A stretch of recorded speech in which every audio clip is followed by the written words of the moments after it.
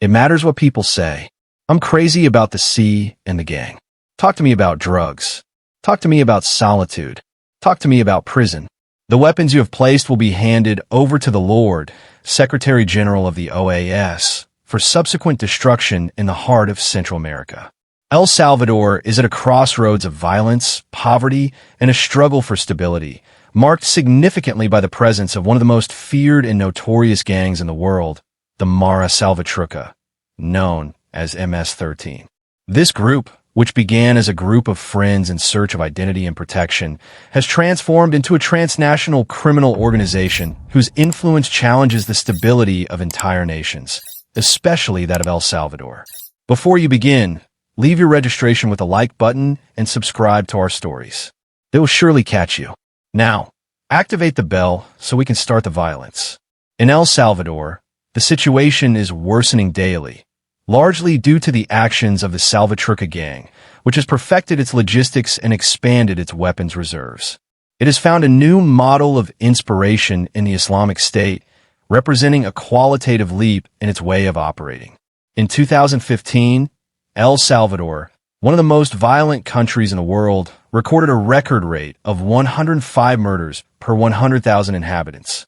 Clashes intensified in the summer of 2014 when Salvador Sanchez Cerén was elected president of the country and announced the end of the truce with the gangs established by his predecessor, Mauricio Funes.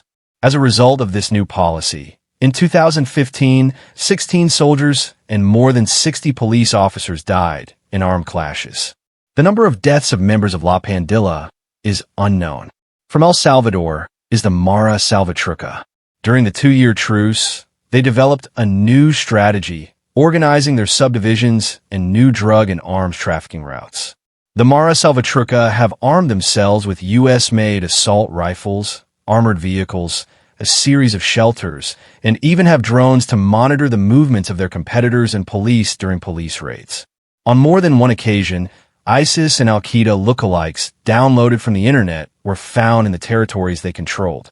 The gangs established structures parallel to those imposed by the state, and by administering their own justice, the police respond with mortality to gang violence.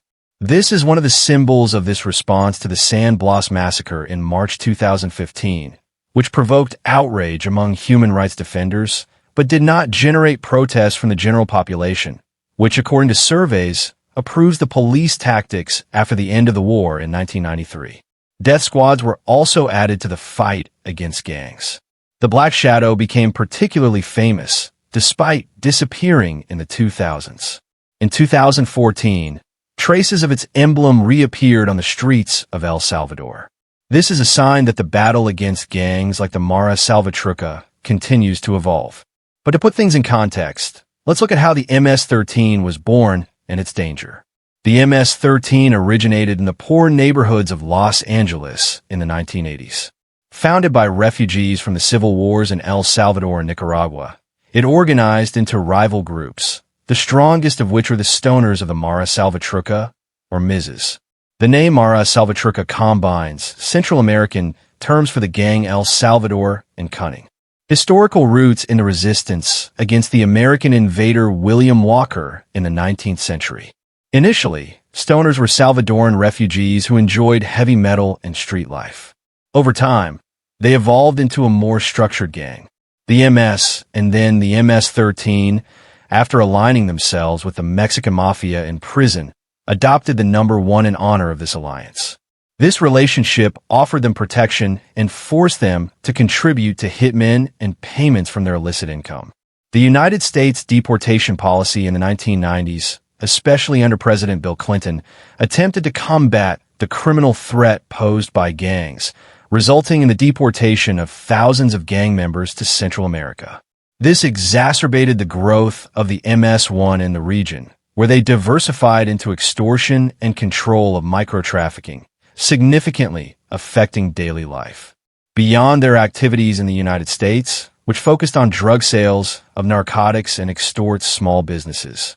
Although the MS-13 has shifted its focus to transnational criminal activities, its role is often secondary, working with other criminal networks. Government efforts to combat the gang, especially through deportations, have often had the opposite effect, strengthening and expanding its presence in both Central America and the United States.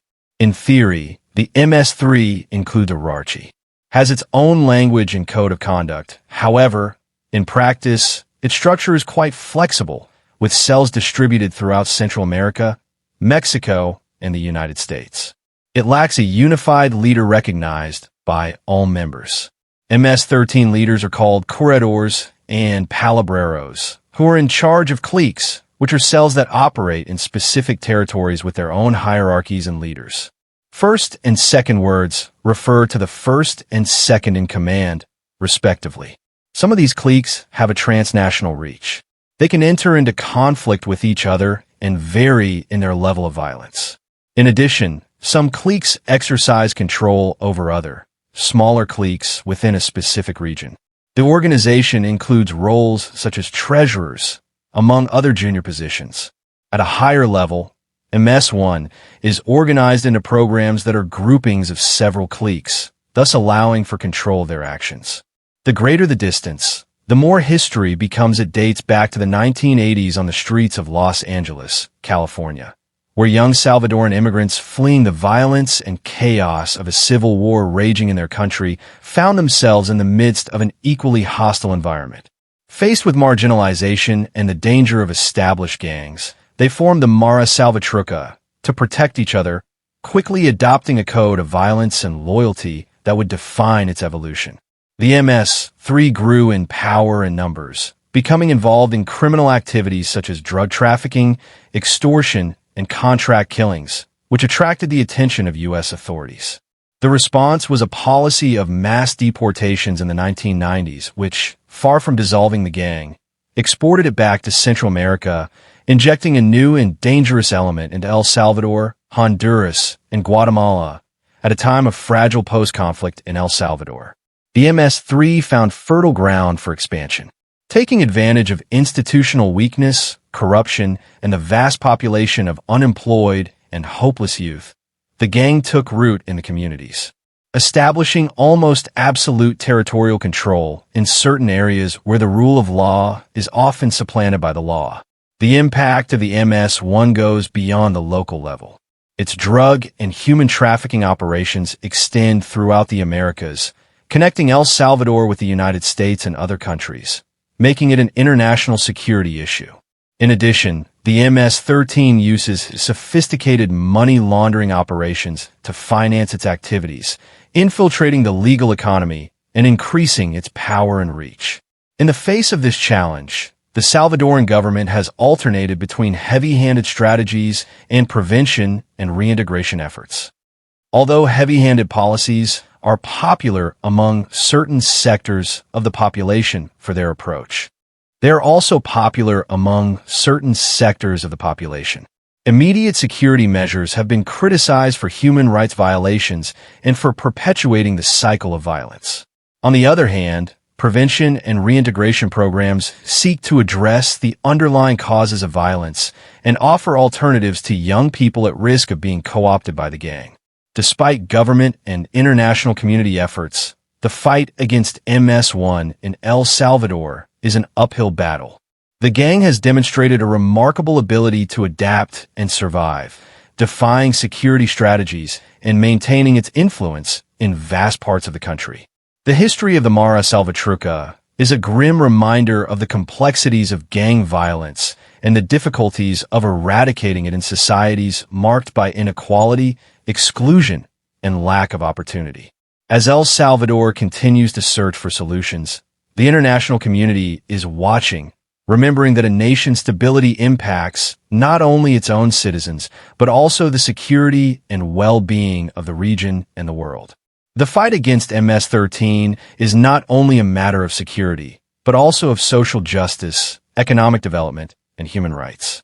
It requires a comprehensive approach that combines police action with inclusive social policies, education, and economic opportunities, targeting the roots of the problem and not just its most violent manifestations. The history of El Salvador and the Mara Salvatrucha continues to unfold, a constant reminder of the challenges facing nations in their search for peace and stability.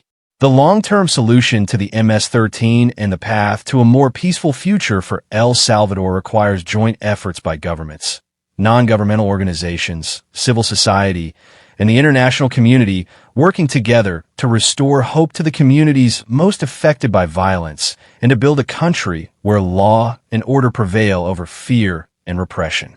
And so we come to the end of this video. If you liked it, I invite you. Please give us a like so we can continue making more videos like this. Also, don't forget to subscribe and activate the bell so you don't miss any of our new videos. I wish you a great day until next time.